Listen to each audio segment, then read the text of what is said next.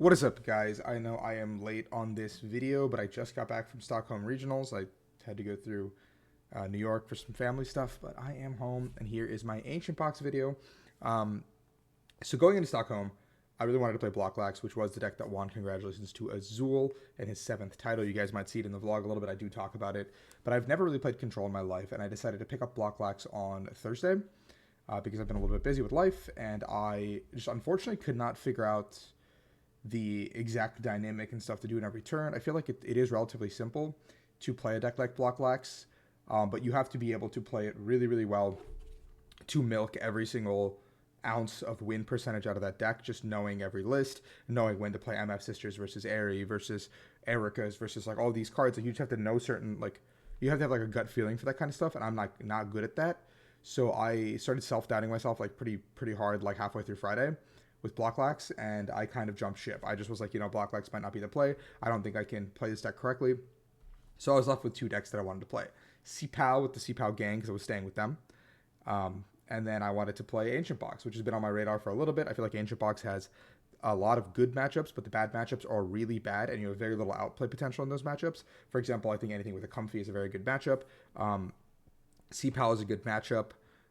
You have favorables into Block Lax, for example, also a deck coming out of this meta. But then you start struggling against stuff that is a little bit off the wall, like Pidgeot control is really tough for us to deal with. Lugia is favored, for example. Like Pidgeot control is a matchup that we're not really like great into, and then Zard is a little bit unfavored depending on the tech cards they choose to play. That being said, I feel like Zard is still a winnable matchup given that the list has two counter catcher and a boss. We just have to have not like the rockiest of early starts, and we have Great Tusk to cheese in the mid to late game if we need to. So yeah, that's basically the list. Great Tusk is there for cheesing purposes. We played a 4/4/4 grip of all the ancient Pokemon because you want to have more ancient cards than less. We opted to play a copy of Research, which is completely useless throughout the whole tournament. I think I would have rather be that any other card like a 4th Ultra Ball or a 4th Gear or like a Hand Trimmer or something. I don't know. It was just completely useless because I didn't have a great chance to use it at any given point. But it was there. The idea was just like we might be able to research like late game to get where we need to be. The rest of the list I feel is like pretty self-explanatory. Everything is there. You need the Awakening, drawing everything. I wanted to play this list for a while ever since I saw the Fernandez brothers do very well with the deck. I was just kind of like really into the idea, and obviously as a Vespiquen player, like Roaring Moon seemed like an idea that I wanted to play for quite a bit, and it had the matchups. So it's something that I wanted to try for a little bit, and I was able to give it a chance. And I think I gave it a fair chance, and given like the Stockholm top 8 decks, I feel like I would have had a very good shot to go deep into the tournament, if not for the series of unfortunate events that unfolded. But that being said, let's jump into my tournament report. Round 1, I hit Jean-Marc Chausse, and he was playing Giratina. And basically, like, the game went... Like, I opened Fluttermane, he opened Comfy. He had a pretty rough start. I think he benched like a Greninja, was able to Greninja for 2, but didn't really get much off of it. No Chorus, nothing. I was able to attach to Fluttermane on turn 1 going first. I took blind first in every matchup. Then I was able to get like some guys down, and then like by turn 2 I was swinging with Flutter. Auto shutdown and I was already initiated. putting a ton of pressure on. And once that pressure was already put onto the board, it was just like really, really difficult for Jean to kind of come back from that. Game 2 was a little bit more of the same. I opened Flutter. Oh no, I didn't open Flutter. I just opened Roaring Moon.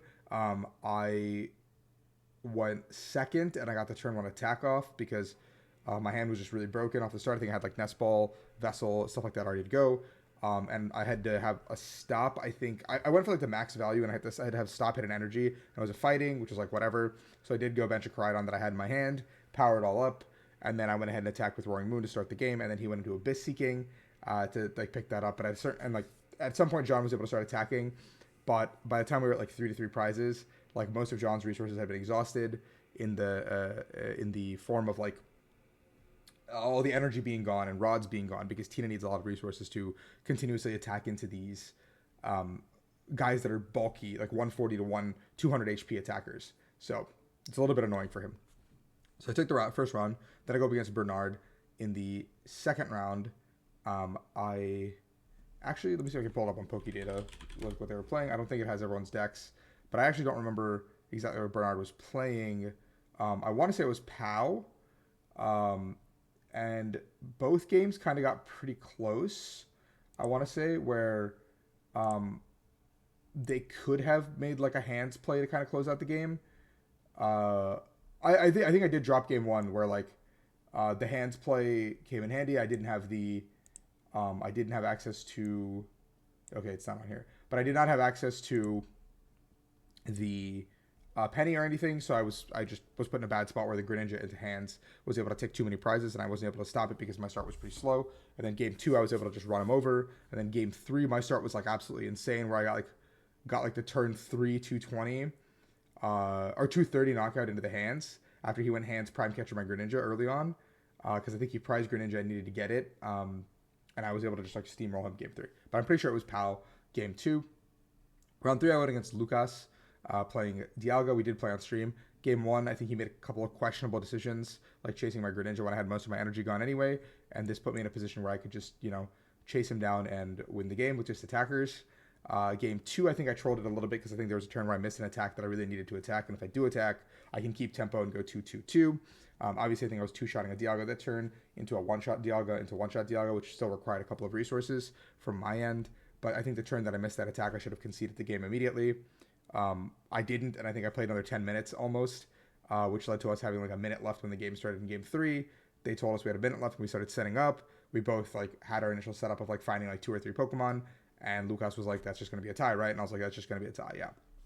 So I ended up tying. I think that's my first big blunder of the tournament, where like I could have just scooped earlier, maybe played a little bit better, and because I didn't, I put myself in a position that cost me potentially 2 extra match points. Round 4 I hit Ethan, and Ethan was playing Pidgeot control, and both games were pretty much doomed to begin with. I think the game just came down to him being able to like get a perfect setup. Early game luck stray me, pitched a couple of my resources, and once a couple of my resources were gone, he was able to start, like once I started attacking, he was able to start looping into the cloth, which said I don't want to attack into claw because I lose energies, and if I do attack into cloth, he has a Mr. Wigglytuff, set up in the back to come back out and basically destroy me, and I couldn't really do much about it, and I was like, sick, okay, wonderful.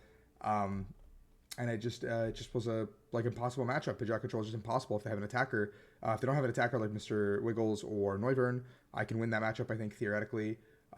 We didn't play a vacuum. I think if we had a vacuum, it would be a super easy matchup if they don't have the attacker, because you can just get rid of the cape, and then they have no way to like really bolster their way out of like a ton of attack damage. And we could eventually maybe get to a one-shot, or we can start Great Tusking earlier. But I just wasn't able to establish anything in either game. And I was like kind of bricking too, but it's fine. If I was bricking, it's like, this is a matchup I don't really care if I brick in. Then I hit Marcin, and Marcin was playing Lost Box stuff. And both games were just basically like, Marcin had to exhaust a bunch of resources, and then at some point, like, he needs a full gate to attack with certain things. He almost won game one because I had like 4 cards in deck, and I think I had like 3 blanks when I got Rock Sand. And I actually I had like 6 cards in deck. I had like 4 draws, sorry. I had 4 cards I would be drawing before I lose the game, and I had like 2 cards that were live and 4 blanks, and I almost drew every single one of my 4 blanks to lose when he went prime catcher up my Greninja and start spreading. And I was like, oh, that is not good. But I bailed myself out of game 1. And then game 2, it was just like a stomp where like my setup was just good. He couldn't really do much, and yeah. Round 6, I went up against Lucas, and he was playing a mirror match. I went first. I set up perfectly. He missed the turn 1 attack. I got the first attack, and then the first knockout, and we just went back and forth, and I never lost the tempo. He put himself into like Great Tusk Mill range like 3 times, but I knew that in the mirror match, we'd be eating 30 minutes off the clock, so there's a pretty good chance that I don't want game 2 to finish, and I could maybe make that happen. And then game 2, he got the turn 1 attack off of my Flutterman, which is really unfortunate that I opened Flutterman. He got the turn 1 attack to knock it out. And I was like, sick. And then in the middle of game 2, he missed a really crucial attack for 220. 200, on my guy. And then I was able to return because he didn't have a tool for 140. And then I took the tempo back, and it was just like, do you play a vacuum or not? And I don't think he played a vacuum. So I was able to just like keep the lead that I had, and I never let go from that position. And so I just was able to steamroll the mirror from there. And then in round 7, I went against Joseph, who was playing, I believe, another Comfy deck. I believe it was just another Comfy deck. I don't think there was anything special about the Comfy deck. When I saw Comfy, I felt like pretty good about my chances. I set up kind of perfectly. I think just being able to trade attackers really efficiently into like a Comfy deck is really good. And I was able to do that, and that's just basically how that set went. Round 8 I went against Dario. Dario was at 502. We were talking. We got deck checked before the round began. So I got up paired into Dario. Dario and I were playing. He was playing Arctina. In the first game, he was able to use his Lost Cities pretty efficiently to put me in trouble. But I think he Starbirthed for some of the wrong cards here and there because he left himself with like dead hands. And then I had the countercatcher response on the Tina V when he Starbirthed and attacked into me. Like after taking 2 prizes or whatever. Like I hit the first arc and then I would like countercatcher kill the bench one. And he used Pokestop on in the first game. And he hit like Arc V, Arc V, Arc V Star, which I think left him with no more Arc Vs to like set up and like be able to Charon's Care or Turo or like reset up those guys. So he ran out of attackers in game 1. And then game 2 is a pretty similar story where he opened Tina, missed turn 1 arc, got turn 2 arc, and I got like a free swing into him with Koraidon. And then I was able to knock out the Tina for free and take 2 for free. And at that point, it's like I've already taken 2 for free. So I can play it a little bit slower, even though I know he has Lost City. I think he Lost City like 4 of my guys. And I was like, dude, this is like really annoying. But I was able to go hit Arceus. He wasn't able to establish another Arceus. He just had like a Tina on bench. He went for another Tina for some reason. And I had the boss. So I went boss, kill Tina on bench. And then he killed my active, and I was able to kill Arceus for game, basically. And that's like how it went. So I got pretty lucky in that one, I think. I think Arctina with Cities was not a good matchup, or shouldn't be a good matchup. But I was able to kind of steal some match points there. Now I've locked up day 2 at 6-1-1. Now I'll go against Angelo Di Domenico. He is playing Zard with 2 Lost Cities. In the first game, he puts down a city, and I'm like, yo, what is going on? And then like he puts the second one down, and I almost win the game actually because he opts to chase my Moon with 1 energy attached, as opposed to chasing my Koraidon that has energies attached already, because I used Koraidon to clean up a kill from earlier, and if I have access to boss, I can win the game. But because he went boss kill the Moon instead of I think he ran out of Ionos, or maybe he might have had one, I don't know. But I actually prized boss as my exact last prize, and if I don't prize boss, I would have been able to boss his Pidgey or Manaphy on the board and just win the game. He opened Manaphy, I'm pretty sure, which was pretty frustrating. And then in game 2, I opened Great Tusk, and I like milled 4 times, and I got super lucky on my mills. I hit like Prime Catcher, Roxanne, Palpad, Turo, like, so I've hit now a Turo and a Palpad and like the Prime Catcher, and he opened Radzard also. So like it was like a perfect combination of Storm where I got like super, super lucky to like just cheese him, for lack of better terms. And then game 3, there was like 8 minutes on the clock. And in my mind, I was like, I can probably take this to a tie, like worst case scenario, and like walk into day 2 with 1 extra match point from a 6-2-1 start.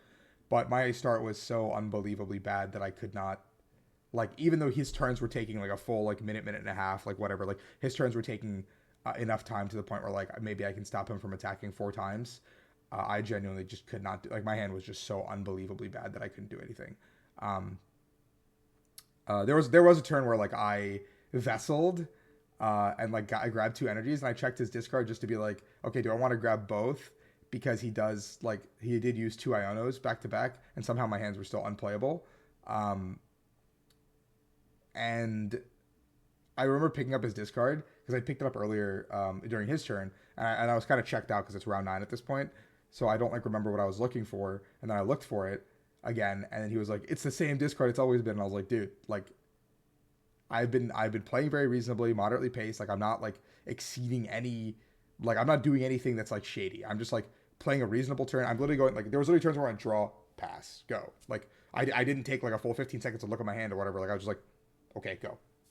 Or I was like, drop, attach, go. You know, like and then it was like basically like 10 seconds or 15 seconds was the difference, which, I mean, yeah, it was just a little bit of an annoying like match point that I lost. So the next day, I go into day 2 at 6-2-1, which is still a doable record. I have to go 4-0-1. You know, I've been in this situation before. I just have to not hit a bad matchup.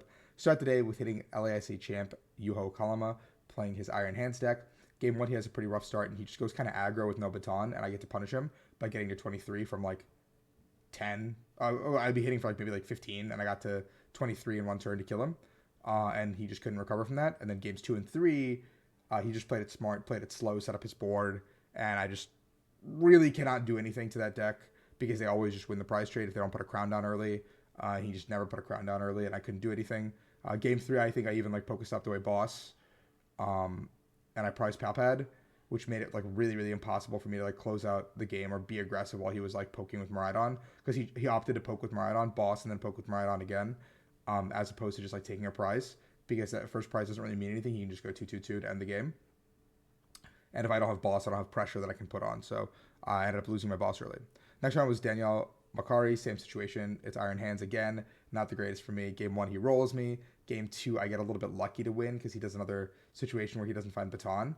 And then game 3, he has like the perfect setup into like turn 2 Prime Catcher, Kill My Greninja, which I open, unfortunately. And like my start is just so poor that like I can't really even like keep pace. And then I think we end up getting to a position where it's like I need him to miss lightning attached from hand, and he like draws from hand and he just attaches it. But he showed me that he had like Arven for like generator plus Sealstone maybe, or maybe something else that like guarantees it. I don't remember exactly what it was, but he had a way to guarantee it and he showed it to me. And I was like, okay, that makes sense. Yeah. So I'm 0-2 on the day, feeling pretty. I'm like now checked out, which is like not a good feeling. I'm like completely checked out because it's just like, I don't know. I hit like 2 terrible matchups and I can't really do much about it. And then I go up against Elia and they're playing Zard, and both games I basically just get like kind of perfect starts. Like it's like my deck is drawing the hottest it's drawn all tournament. Like I got like a turn 3 knockout on Pidgeot into like turn 4 knockout on Zard, and I was like, yo, what is happening? Like my deck is insane. And those are the games where we play Ancient Box, right? Like that's where the rush comes from. So I was able to do that. And then I hit James Cox. The following round, James ends up making a penalty mistake on his end, which we both don't catch until like my turn. And it's like props to him for saying something. Like I honestly would have just let it go, like because it's also on me. He candied Zard under my Flutter Mane, and he just attached the energies. And I was like, oh, you don't get a bench Charmander. Like I don't really care. And he was like, no, I'm gonna call a judge. And I was like, okay. So props to James for being like a good guy about that, because I just honestly did not care at this point. I was like, yo, man, whatever. Like that's on me for not catching. Let's just move on, you know. And then I win game 1 because of the double price penalty. And then games 2 and 3, James basically wins by a hair's breadth because he's able to time his Turos perfectly and his bosses and Ionos. Like I think game 3, he got Candy Zard, Prime Catcher, kill my only moon on the bench. And I remember prizing 2 moons, and I was like, yo, this game's going to be really hard. So I lose the set. And so now I'm even out of money. I end up hitting my buddy Lucas in the last round, who's playing CPOW. We can ID, and I think I would guarantee 64 and he would bubble out. But Lucas is going for the stipend for LAIC next year, and my best finish limit's already like matched for the season, so I can't get any points unless I get top 32. So I just don't care enough to play the round, and Lucas needs to play for the win, and he's like sitting down, gearing up, and I'm like, hey man, like I'm already checked out. Like I don't care if I miss top 64 with this one. Like 18 packs is 18 packs. Like it doesn't matter to me. Like I'm already having a bad day. Like I'm gonna go ahead and just concede you. And he was like, are you sure? And I'm like, yeah. So that's how I finished top 128 with Ancient Box. Would I go back and run this again given the tournament? I think I would, given that the metagame was pretty favorable for me. I think given the top 8 decks, if I was able to like start my tournament winning, like let's say I end up either tying Angelo or beating Angelo here, I end up putting myself in a position where I'm at 6-2, 6-1-2 or 7-1-1, and I dodge kind of the Iron Hands bracket. And if I'm not in the Iron Hands bracket, then at 6-1-2, I think it was like the POW and like Block Lax bracket. So I can walk into like a POW or a Block Lax, get a win to start my day, and then the decks at the top tables for pretty much most of the day were those Lost Box variants, Hermione, Brent, like those guys were all at the top tables pretty much the entire day. So like with a couple of wins, my entire tournament would have been changed. But obviously it's like a woulda, shoulda, coulda situation. But I know that I think I trusted my gut in a deck pick. I think it was a fine pick for the tournament. I don't think there was a ton of worlds where I actually win this tournament, but I would definitely run it back for that tournament specifically. I think my Ancient Box adventure is done though, so I don't think you guys will see me bring it to LA. I think I'll be bringing something more consistent. That's just more a straightforward, I can outplay my opponents type deck. And then we're going to see you guys for NAIC. Sorry for the delay on the video. Again, I really apologize. I did just get home. I will be able to pump out a ton of content before I leave. I have some more things I have to take care of, family stuff, but I'll be pumping out a bunch of recordings today and tomorrow. So you guys will have pre-recorded content for next couple days, so I don't do it like I did this time when I left for Stockholm. Thank you so much for watching. If you'd like, please like and subscribe, and I'll see you guys next time.